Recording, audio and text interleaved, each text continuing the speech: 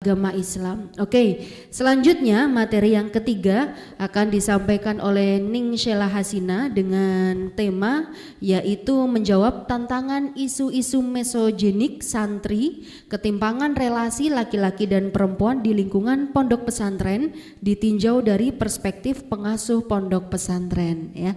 Dan ini ada salah satu quote yang menurut saya sangat menarik dari Ning Sheila ya, yang tadi sempat saya cari di internet gitu kan. Beliau mengatakan bahwa untuk menjadi seseorang yang perempuan meskipun kita hanya ibu rumah tangga misalnya, kita juga akan bisa berperan penuh terhadap masyarakat dengan mendidik anak-anak kita, yaitu bagaimana kita mau mengharapkan anak-anak kita akan terdidik dengan baik jika diasuh ibu yang tidak berpendidikan. Maka jadilah terdidik sebelum kalian mendidik. Itulah quote dari Ning Sheila. Beliau Ning Sheila Hasina, kepadanya disilahkan. Assalamualaikum warahmatullahi wabarakatuh. Alhamdulillahi rabbil alamin, wassalatu wassalamu ala asyrafil anbiya wal mursalin wa ala alihi wa sahbihi ajma'in. Amma ba'du. Yang kami muliakan segenap jajaran senat, jajaran rektorat dan seluruh dosen yang hadir pada siang hari ini. Ibu Dewi Maria Ulfa, Mbak Dewi Maria Ulfa, katanya biar muda. Cak Ahmad, suami saya sendiri.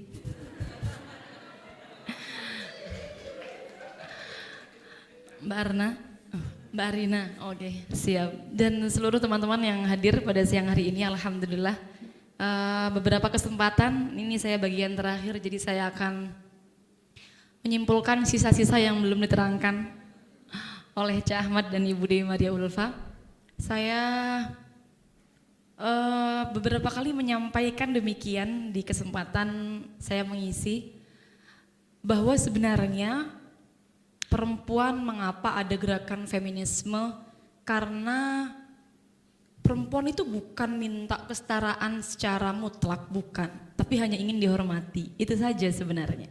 Karena kebanyakan dari kita seorang perempuan itu, atau dari pelopor gerakan feminisme yang ada di pesantren itu awalnya bukan karena mereka tidak tahu ya, kalau dari kalangan pesantren, bukan karena mereka tidak tahu hukum-hukum kewajiban seorang perempuan bagaimana, tapi banyak dari laki-laki yang juga melupakan kewajibannya sehingga masih KDRT mungkin dengan perempuannya atau masih menindas perempuannya. Akhirnya muncullah dari sana gagasan feminisme dari kalangan pesantren itu sendiri.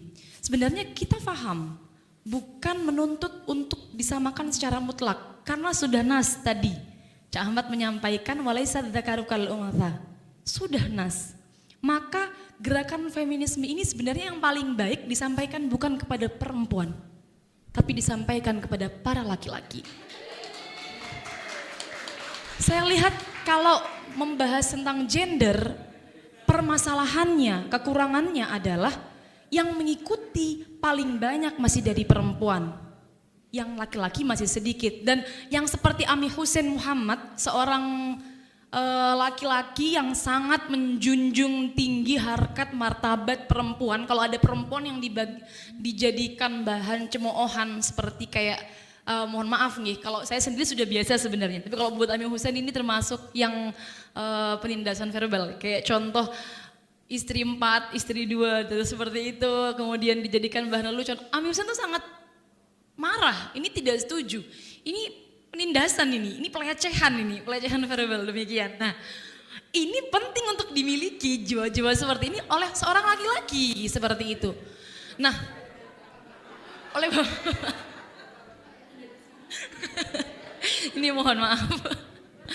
Karena seperti ini teman-teman perempuan, saya hanya ingin mengingatkan sebagai teman-teman perempuan, karena kita ada di studi gender ya di Universitas Tribakti ini. Perempuan-perempuan ketika mereka cenderung kebablasan dalam permasalahan gender, isu-isu kesetaraan, mereka cenderung menuntut hak, melupakan kewajiban, ingin dihormati tanpa menghormati, seperti itu. mereka cenderung lebih berani sehingga banyak sekali. Kenapa sih kok pembahasan wanita karir di Indonesia ini masih menarik sampai sekarang?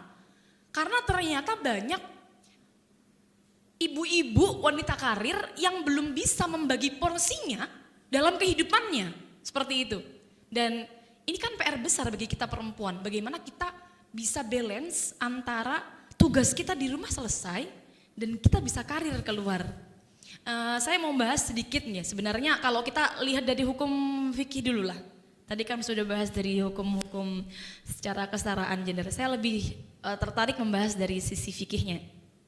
Kalau kita lihat dari sisi fikihnya, sebenarnya kalau perempuan ya, perempuan keluar rumah, kalau dari sisi fikihnya, madhab Syafi'i, khurujul mar'ah mutazayyinah haram. Wah, kalau seperti ini nanti perempuan marah semua ini. Haramun. Wah, khurujul mar'ah mutazayyinah haramun. Saya juga kena hukum haram karena dalam fikih Syafi'i, perempuan itu yang paling benar ya kalau dia hitam-hitam semua nggak kelihatan apa-apanya. Yang cadaran itu yang benar. Nah, tapi ternyata ini kan tidak relevan di Indonesia. Justru malah kalau keluarnya hitam-hitam malah justru akan dipandang sebelah mata. Dipandang teroris, dipandang membahayakan, demikian kan. Kalau di Indonesia kan kebanyakan seperti ini, apalagi kalau sudah masuk ke dunia politik, dunia organisasi, kemudian dia betul-betul seperti hitam semua, malah justru akan secara adatnya kurang baik pandangannya. Nah, maka kalau kita bahas secara fikih Syafi'i lebih luas lagi, ternyata sudah dibahas di sana bahwa hukum perempuan sendiri keluar, tadi Cak Ahmad sudah sedikit menyampaikan, keluarnya perempuan itu sebenarnya untuk amnul fitnah. Bagaimana dia amnul fitnah? Kalau sudah amnul fitnah maka boleh, walaupun dia sendirian. Seperti itu. Nah, tapi itu hanya hurufnya saja, keluarnya saja, mutazayyinahnya belum dibahas. Berdandannya belum, kita paham sekarang perempuan tidak lepas dari yang namanya make up dan sebagainya ya. Lipstick,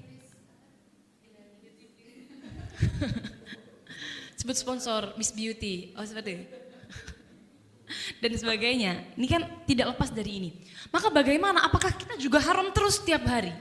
Ini kan perempuan butuh untuk jawaban ini. Apakah perempuan ini haram terus setiap hari sesuai dengan fikih Syafi'i? Ternyata tidak seperti itu nggih. Jadi ada konsep demikian. Karena awalnya itu madzinnatul fitnah. Sehingga kultur di Indonesia dengan kultur di budaya Arab atau kultur di daerah Arab tidak bisa disamakan. Kalau semisal kita lihat di Tarim atau di Yaman atau di daerah Timur Tengah, perempuan itu keluar budayanya menggunakan niqab, menggunakan cadar. Sehingga ketika perempuan buka niqab saja itu potensi fitnahnya sudah besar. Jangankan dia mutazayyinah, jangankan dia pakai make up, dia keluar tanpa cadar saja sudah potensi fitnah yang sangat besar karena budaya mereka menggunakan cadar. Namun kalau kita lihat di Indonesia, budaya kita itu bahkan banyak dari perempuan-perempuan yang justru tidak menutup auratnya, membuka sebagian badannya ya tubuhnya. Nah, di sini akhirnya menurunkan kadar fitnah.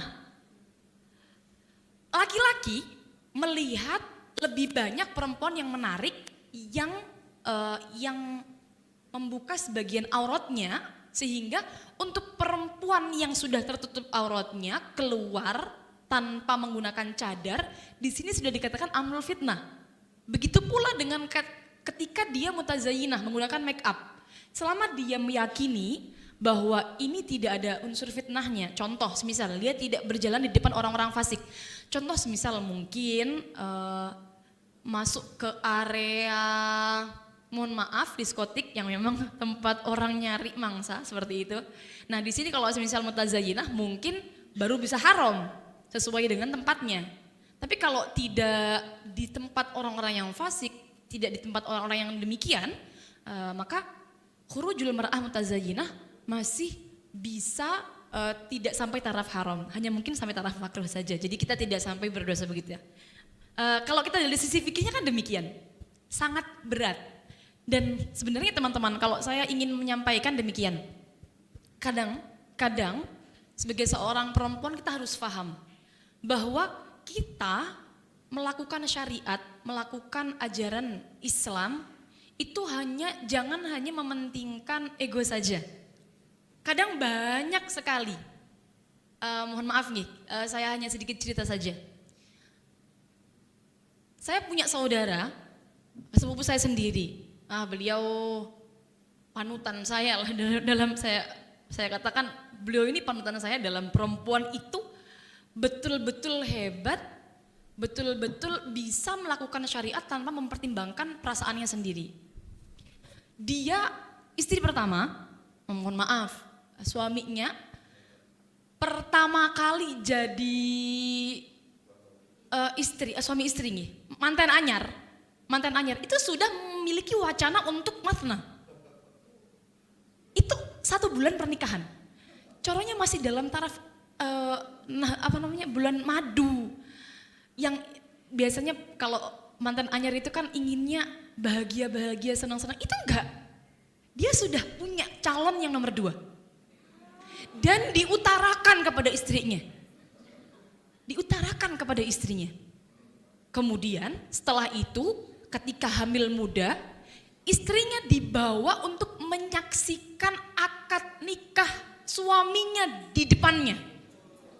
Wah, ini kalau kita ngikutin, wah ini laki-laki bagaimana dia kok sangat tidak menghormati wanitanya, kan sangat-sangat tidak terima sebagai seorang perempuan.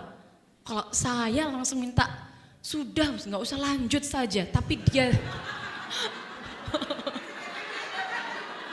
Alhamdulillah teman-teman, saya dapat sepupu saya sendiri ya. Jadi aman dari itu ya, karena garda terdepannya bukan saya, melainkan ibu mertua saya yang notabene adalah bude saya, dan juga ibunda saya sendiri yang notabene adalah bibinya Cak Ahmad. Jadi tidak bisa main-main Cak Ahmad. Maksud saya seperti ini kita harus paham lah bahwa kadang perempuan itu condongnya gimana dia harus dihormati saja ya, mengunggulkan perasaan. Karena kan kalau perempuan studi gender mungkin sudah sangat paham sekali. Kita perempuan kan nakli suatu aklin wa dinin. Itu bukan kekurangan. Nakli suatu aklin wa dinin bukan kekurangan. Kalau dikajikan naqisoh, wah ini kurang akal, kurang agama kan seperti kekurangan kan. Ini bukan kekurangan. Naqis suatu akal itu bukan berarti akalnya lebih rendah dari laki-laki, bukan. Tapi lebih menonjolkan perasaan. Sehingga kadang-kadang dalam setiap gerakan atau tindakan itu menggunakan perasaan daripada menggunakan logika, seperti itu. Itu kalau perempuan nih. Nah, yang saya sepertinya lebih condongnya kalau sepupu saya ini sudah saja, dia tidak, ternyata dengan perjalanan hidupnya yang sedemikian rupa, dia tetap mengungkapkan demikian. Sebenarnya suami saya sudah adil, sudah baik dengan saya, dan sebenarnya permasalahan ini, mathna, itu kan ya sudah ada dalam syariat. Dia mencoba untuk meyakinkan dirinya sendiri bahwa ini tidak keluar dari koridor syariat. Oh ini saya juga tidak bisa sebenarnya, saya hanya cerita saja ya. Bahkan ketika kami saudara-saudaranya menyebut kalau suaminya itu tidak berperasaan, dia justru malah membela. Sudahlah, suami saya itu sebenarnya sudah adil, kalau dikatakan syariatnya sudah pas. Seperti itu. Maksud saya seperti ini, kita kadang-kadang melakukan syariat itu tidak semua harus sesuai dengan ego kita, kemauan kita. Kadang-kadang berat sesuai dengan kemauan kita, tapi kalau syariatnya demikian ya sudah, kita niatkan betul-betul untuk melakukan syariat. Selama itu betul-betul tidak melecehkan perempuan, tidak melecehkan perempuan. Tetap menghormati seorang perempuan. Ya kalau saya pribadi dengan kasus yang demikian, saya rasa itu sudah melecehkan kalau buat saya. Tapi kalau buat dia aman ya berarti taraf kita menerima perlakuan dari seorang laki-laki berarti berbeda-beda. Nah, saya tidak ingin membuat perempuan ini tidak berani, bukan. Tapi hanya saya itu ingin membuat perempuan itu lebih pintar memilah-milih. Bahwa kita betul. Kalau dalam taraf ilmu tidak ada perbedaan sama sekali. Punya porsi yang sama, pasti. Bahkan di pesantren pun banyak dari kalangan pesantren. Bibi saya sendiri sudah jadi dokter. Bibi dari Cak Ahmad, Dokter Afwah, Bibi Afwah itu dokter dan punya banyak karangan demikian. Atau bahkan banyak dari kalangan pesantren yang saya tahu salah satunya adalah istri dari Mbah Yai Maksum. Walaupun tidak belajar di Ruwal, beliau itu terkenal, sangat terkenal di masa itu ahli tafsir. Belajar tafsirnya kepada ayah dan suaminya sendiri. Maksud saya berarti di pesantren sebenarnya perempuan itu punya porsi yang sama untuk cerdas dengan laki-laki. Tidak ada bedanya. Sehingga kalau yang penting kita sudah mendapatkan porsi, kita bisa mencari ilmu tanpa mempertimbangkan nih. Kalau sekarang itu perempuan kan masih saja banyak yang mendengungkan, kamu ini sekolah tinggi-tinggi kalau kalian cuma di rumah saja. Nah, seperti tadi disampaikan oleh Mbak Arina, saya seringkali mengatakan fakaifa nadhunnu bil abna'i khairan idza nasha'u bihadnil jahilat. Bagaimana kalian mengharapkan anak-anak terdidik dengan benar, dengan baik kalau mereka dididik oleh perempuan yang tidak berpendidikan. Sehingga perempuan sendiri dalam porsi ilmunya punya porsi yang sama. Dalam porsi ilmunya punya porsi yang sama dengan laki-laki. Namun perempuan harus faham wal mar'ah ra'iyatun ala baiti zawjiha. Perempuan itu nanti menjadi pemimpin di rumah suaminya. Kalau kita bahas secara hukumnya, dalam madhab Syafi'i, dalam 3 madhab, sebenarnya hukum, teman-teman mungkin sudah pernah dengar. Sebenarnya hukum perempuan masak, nyuci, itu apa sih hukumnya? Apakah wajib? Ternyata kalau kita lihat dalam madhab Syafi'i tidak wajib. Bahkan tidak hanya madhab Syafi'i, ada madhab Hambali, Syafi'i, dan sebagian madhab Maliki itu mengatakan tidak wajib. Perempuan itu masak, nyuci, dan melakukan pekerjaan rumah yang lain. Itu kewajiban suami. Mohon maaf para suami ini. Dan suami kalau semisal dia mendapatkan seorang perempuan yang tidak berpendidikan Islam, belum paham kalau ini tidak wajib, hukumnya wajib untuk memberitahukan i'lamun li zaujatihi, memberitahu kepada zaujahnya, istrinya, bahwa ini sebenarnya kamu tidak wajib deh. Kalau kamu nggak melakukan, maka tidak akan menggugurkan hak nafkahmu. Karena banyak perempuan yang takut masih kalau dia tidak melakukan pekerjaan rumah nanti tidak dapat hak nafkah. Ini suatu hal yang berbeda. Hak nafkah itu haknya dia sendiri, dan kalau semisal dia melakukan pekerjaan rumahnya, itu berarti dia termasuk melakukan ibadah-ibadah sunnah, melakukan ibadah-ibadah yang di luar kewajibannya, yang justru sebenarnya di sini kalau kita lihat, saya hanya menyeimbangkan saja ya. Kalau kita lihat sisi positifnya, bahwa Umi Azza sendiri sering dawuh demikian, bahwa perempuan itu kalau mau cari pahala, kalau semisal dia tidak bisa keluar, ya di rumah itu ladang pahalanya. Itu kalau misalnya sering kali menuturi anak-anaknya. Kalau daripada, atau bahkan Syekh Yusri ulama terkemuka dari Masyayikh Azhar, dari Al-Azhar, beliau juga dawuh demikian, daripada kalian perempuan-perempuan itu berkeliling ziarah-ziarah ke wali-wali seperti itu, kalian doa di rumah lebih mustajabah. Beliau udah begitu. Saya hanya menyeimbangkan saja. Maksud saya demikian, bahwa kalau semisal kalian ditakdir di lingkungan yang kemudian tidak mendukung kalian untuk keluar, contoh suami, kan kita tidak selalu dapat suami yang mensupport istrinya untuk berkarir di luar ya. Ya kalau misal suaminya mensupport, saya rasa ketika suami istri itu bisa saling memahami, mensupport istrinya untuk karir keluar, maka saya rasa istri boleh untuk karir keluar. Karena kan ridhonya istri ada pada suami ya, itu kita harus perempuan tahu inilah. Ini kalau kita perempuan mengandalkan ego, mengandalkan perasaan, nggak terima, Masa suaminya, misal ya ada cekcok lah, itu pasti yang harus mengalah istri. Bagaimana supaya nanti tidak jadi malah berujung ke perceraian. Karena mohon maaf sekarang banyak sekali kasus perceraian di mana ketika keduanya itu saling menuntut kewajiban. Tapi tidak mengandalkan mana seharusnya kan kalau dari suami istri itu salah-salahan. Bukan kamu sih nggak kayak gini, kamu sih nggak kayak gini, bukan begitu. Tapi salah-salahan. Mestinya begini, kalau perempuan dikatakan menonjolkan egonya, ya saya mestinya pinginnya nggak usah tergantung suami. Wong ibadah-ibadah saya kok, kenapa udah tergantung suami demikian? Tapi nyatanya kan tidak. Islam kan tidak demikian. Bahkan jaminan perempuan itu masuk surga kalau dia meninggal dalam keadaan mendapatkan ridho suami. Itu kan sudah jaminan pasti. Ini loh diiriin oleh Imam Ghazali. Imam Ghazali iri kepada perempuan. Kalau perempuan itu sudah ada jaminan surganya. Perempuan sendiri malah iri sama laki-laki. Imam Ghazali iri sama perempuan. Laki-laki tidak ada jaminan masuk surga. Tidak ada. Nas tertulis hadisnya laki-laki bagaimana jaminan masuk surga tidak ada. Tapi kalau perempuan ada. Bahkan sampai 2 kali. Rasulullah mengatakan kalau perempuan yang penting dia sholat, yang penting dia mengeluarkan zakatnya dan dia mendapatkan ridho suaminya, maka dia jaminannya surga.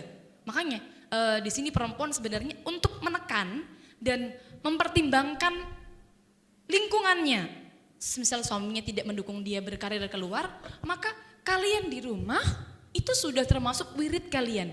Keseharian kalian di rumah khidmah kepada suami sampai sore, mendidik anak-anak, mengajarkan anak-anak, bukan berarti kalian tidak berkarir. Karir kalian di rumah. Kalian sedang mendidik generasi itu di rumah. Bukan berarti hanya di rumah itu kalian tidak sedang melakukan apa-apa, bukan. Tapi kalian sedang mendidik generasi yang baik. Itu karir kalian. Tidak harus setiap perempuan berkarir di luar.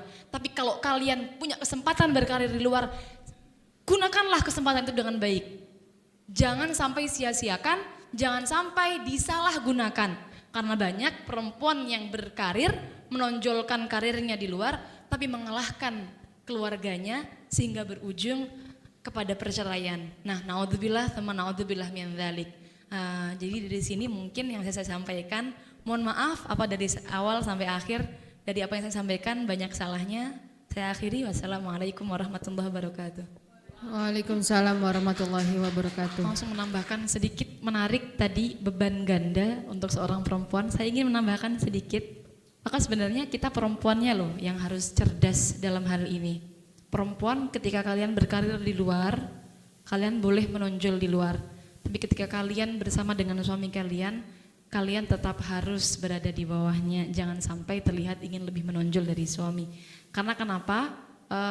Tadi sempat berbincang dengan ibu bahwa laki-laki itu kan punya ego yang tinggi seperti itu. Kalau semisal kita perempuannya, wah inginnya jadi pemimpin terus, di rumah pun juga ingin jadi pemimpin semisal seperti itu. Makanya nanti permasalahan rumah tangga pasti akan ada saja. Sehingga perempuan bagaimana dia cerdas menghadapi yang harus dia hadapi. Kalau di luar silahkan tonjolkan kemampuan kalian, tapi kalau di rumah kalian tetap sebagai seorang istri. Sebagai seorang istri yang mendampingi suami, seperti itu. Jangan menonjolkan kalian juga pemimpin di rumah, jangan seperti itu. Itu yang menjadi akhirnya banyak kasus-kasus di mana perempuan tidak bisa menempatkan dirinya, akhirnya berujung perceraian. Dan juga untuk beban ganda ini, perempuan itu jangan sampai satu, yang paling baik untuk kita ambil faedahnya adalah jangan sampai perempuan itu dia menjadi satu hal yang menghalangi laki-laki untuk birrul walidain kepada orang tuanya. Ini banyak contohnya. Perempuan itu ingin dinomorsatukan di rumahnya sendiri, padahal laki-laki punya kewajiban untuk birrul walidain, punya kewajiban untuk menghormati orang tuanya lebih dari istrinya. Seperti itu. Bahkan ada satu cerita, saya menyampaikan satu cerita. Ini penting untuk kita perempuan tahu, agar kita itu bisa tahu posisi diri kita bagaimana. Sebenarnya untuk berkarir itu, kalau tadi saya juga bilang sama ibu, pintar-pintarnya perempuan komunikasi dengan laki-laki. Kan ridho itu kan harus pintar komunikasi sebenarnya. Kalau kita perempuan pintar komunikasi, kita perempuan pintar untuk membagi waktu, merayu dan sebagainya seperti itu, maka nanti akan muncul ridho. Maka akan nanti muncul namanya kesalingan dalam rumah tangga. Jadi pintar-pintar komunikasi. Jangan sampai kita tuh pingin menonjol terus, jangan. Contoh demikian, ada satu kasus zaman Kanjeng Nabi. Sahabat itu ketika naza dituntun talkin sama sahabat yang lain, sahabat Umar, tidak bisa baca la ilaha illallah, tidak bisa baca kalimat tauhid, tidak bisa. Sampai bingung para sahabat ini, kenapa?